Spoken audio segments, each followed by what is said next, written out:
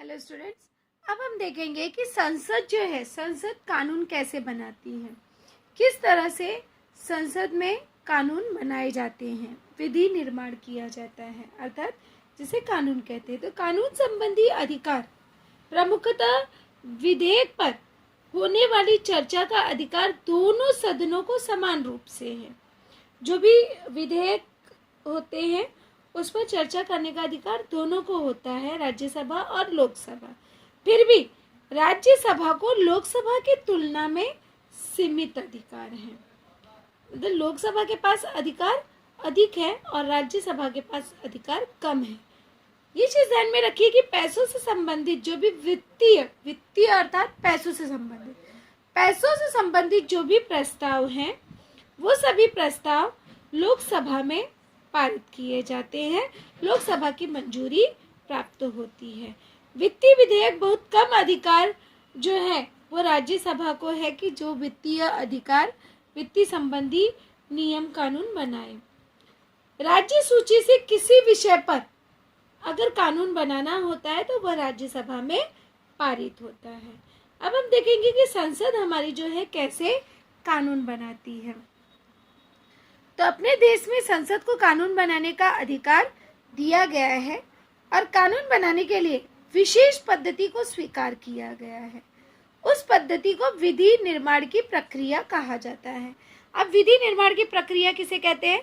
कानून बनाने के लिए विशेष पद्धति का उपयोग होता है, उसी को कहा जाता है विधि निर्माण की प्रक्रिया। तो सबसे पहले कानून का कच्चा मसौदा मतलब प्रारूप, ढांचा, उसे कहा जाता है मसौदा। तो सबसे पहले किसी भी कानून को जब पारित करना होता है तो उसका एक कच्चा प्रारूप तैयार किया जाता है और इस मसौदे या प्रारूप को कानून का प्रस्ताव या विधेयक कहते हैं। जैसे जब आप अपनी जैसे भाषण प्रतियोगिता में भाग लिया तो सबसे पहले आप उसे रफली लिखते हो। जो ये रफली लिखने का कार्य है उसे कहा जाता है विधेयक। तो उसी तरह से किसी कानून का जो कच्चा प्रारूप तैयार किया जाता है उसे कहा जाता है विधेयक। विधेयक किसे कहते हैं? कच्चे मसौदे या प्रारूप को कानून का प्रस्ताव या उसे विधेयक के नाम से जाना जाता है। अब ये जो है संसद के सदनों में प्रस्तुत किए जाने वाले ये जो विधेयक हैं वह 3 प्रकार के होते हैं।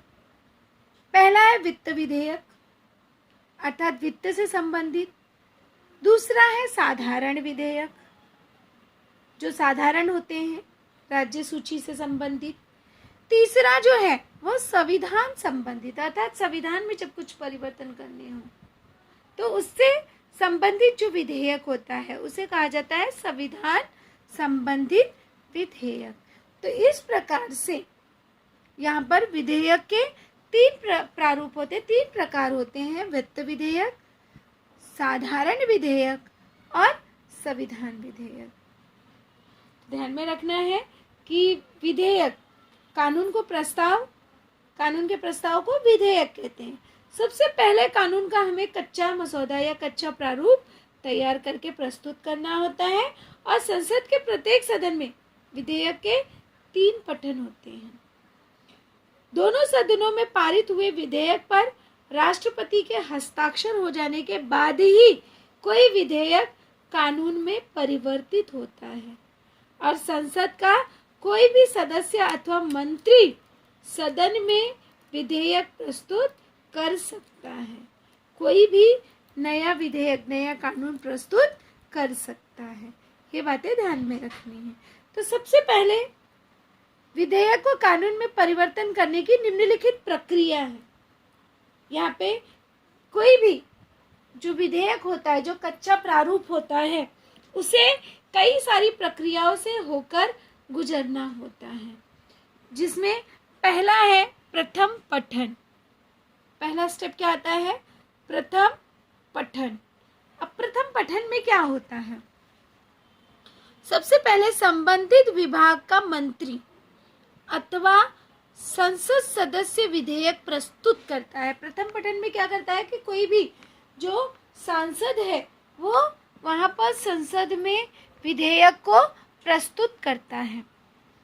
विधेयक प्रस्तुत करते समय उसका स्वरूप संक्षेप में स्पष्ट करता है, उसके बारे में बताता है कि यह नियम और कानून क्यों बनाए गए हैं, क्या कारण है, तो उसके बारे में वह बताता है। इसीलिए इसे विधेयक का प्रथम पठन कहा जाता है। अब यहाँ पे क्वेश्चन पूछा जा सकता है कि विधेयक का प्रथम पठन क्या है। तो विधेयक का प्रथम पठन क्या होता है कि कोई भी विभाग का मंत्री हो या संसद का सदस्य हो, वो विधेयक को प्रस्तुत करता है और विधेयक प्रस्तुत करते समय उसका स्पष्ट स्वरूप या संक्षेप में उसे स्पष्ट करता है और इसी को जो है हम प्रथम पठन कहते हैं। अब प्रथम पठन के बाद जो भी विधेयक है, जो भी नियम और कानून है, वह हमारा आता है द्वितीय पठन में। प्रथम पठन की प्रक्रिया कंप्लीट होने के बाद, पूरा होने के बाद जो भी कानून है, विधेयक को भेजा जाता है द्वितीय पठन में। अब द्वितीय पठन में कौन सी प्रक्रिया होती है? द्वितीय पठन में 2 चरण होते हैं। द्वितीय पठन को 2 चरण में बांटा गया है, जिसमें पहला चरण होता है, पहले चरण में विधेयक के उद्देश्यों पर चर्चा की जाती है। जो भी कानून पारित करना है उसका उद्देश्य क्या है, क्यों उसे पारित किया जा रहा है, क्यों उसे बनाना ज़रूरी है, तो उस पर चर्चा की जाती है। और सदन के सदस्य विधेयक के बारे में अपनी अपनी राय देते हैं। सभी लोग अपनी अपनी राय उसके बारे में देते हैं, अपना मत व्यक्त करते हैं।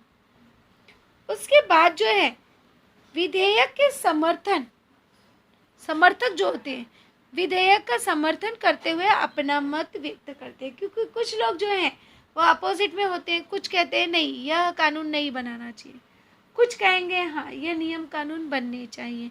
तो इस तरह से वो सभी अपने मत को व्यक्त करते हैं। तो उसका विरोध करने वाले विधेयक में जो कमियां और दोष हैं उन्हें स्पष्ट करते हैं। कुछ लोग बताएंगे क्योंकि जहाँ पर कोई कानून बनता है तो कुछ अच्छाई होती है, कुछ बुराई होती है। जो उसके समर्थक होते हैं वो उसके अच्छाई के बारे में बताते हैं और जो उसके विरोधी होते हैं वह उसकी कमियों के बारे में बताते हैं। तो इस तरह से वहाँ पर दूसरे जो प्रक्रिया है, द्वितीय पठन जो है, वहाँ पर इस तरह से चर्चा होती है। सदन में विधेयक पर चर्चा होने के पश्चात, जब चर्चा हो जाती है तो उसके पश्चात आवश्यकता महसूस होने पर विधेयक का एक समिति को भेज दी जाती है। विधेयक एक समिति को भेज दिया जाता है। समिति उस विधेयक को निर्दोष बनाने के लिए सूचना और संशोधन का प्रतिवेदन सदन में भेज देती है। उसके बाद का स्टेप जो है वो आता है समिति में उस प्रक्रिया को भेजती है और समिति जो है उस पर चर्चा करती है और उसके ऊपर संशोधन कार्य करती है और उसके बाद जो है उसे वह फिर से सदन में भेज देती है। उसके पश्चात द्वितीय पठन के दूसरे चरण की शुरुआत होती है। इस चरण में विधेयक की धाराओं पर चर्चा होती है। यहाँ पर क्या होता है कि उसकी जो धाराएं हैं उस पर चर्चा होती है। सदस्य कुछ संशोधन सुझा सकते हैं और तत्पश्चात उस पर सदन में मतदान लिया जाता है कि कितने लोग उसके समर्थन में हैं और कितने लोग उसके अपोजिट में हैं, उसे नकारते हैं। इसके बाद जो है, जब पहला था प्रथम पठन से आया द्वितीय पठन के बाद आया समिति अवस्था के बाद जो है अब आ गया तृतीय पठन। इसके बाद आता है तृतीय पठन। देखेंगे कि तृतीय पठन में क्या होता है। तो तृतीय पठन के समय विधेयक पर फिर से संक्षेप में चर्चा की जाती है, उसके ऊपर फिर से चर्चा की जाती है और विधेयक के मंजूरी पर प्रस्ताव पर मतदान लिया जाता है कि अब प्रस्ताव पारित होना चाहिए कि नहीं पारित होना चाहिए।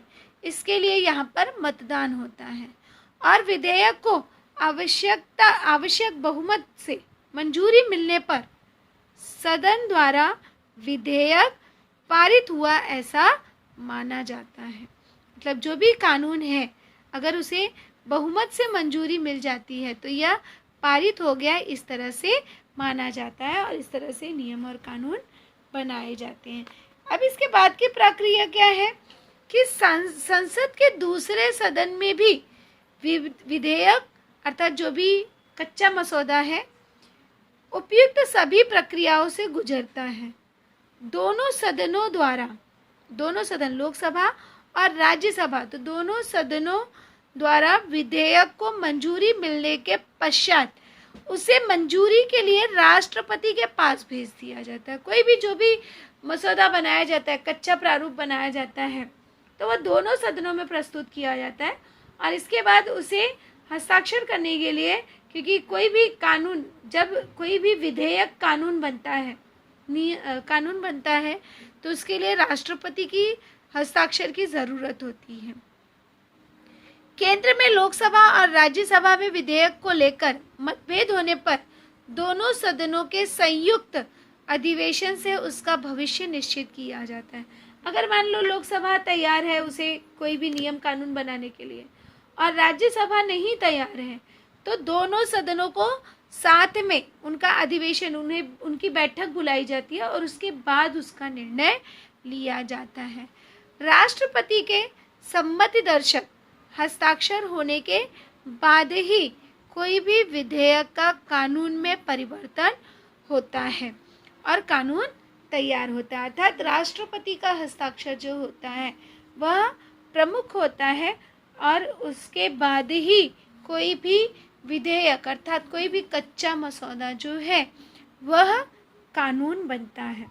तो इस तरह से कानून बनाने की प्रक्रिया अर्थात प्रथम पठन, द्वितीय पठन, समिति अवस्था, फिर तृतीयक पठन, फिर विधेयक दूसरे सदन में जाते हैं और उसके बाद राष्ट्रपति की मान्यता मिलती है।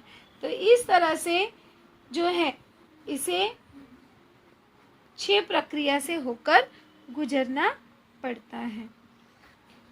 कानून संबंधी अधिकार जो है, केंद्रीय वित्त मंत्री हर वर्ष 1 फरवरी को लोकसभा में देश का बजट प्रस्तुत करते हैं। आपको पता ही होगा कि फेब में देश का बजट प्रस्तुत करते हैं और इससे पहले यह बजट जो है 28 फरवरी को प्रस्तुत किया जाता था। पहले जो है 28 फरवरी होता था, अब जो है 1 फरवरी को ही बजट तैयार किया जाता है। तो संसद की तरह ही राज्य विधानमंडल में भी कानून बनाने की पद्धति का उपयोग किया जाता है। केंद्र में राष्ट्रपति और राज्य के राज्यपाल के हस्ताक्षर से विधेयक कानून में रूपांतरित होते हैं और इस तरह से कानून का निर्माण किया जाता है।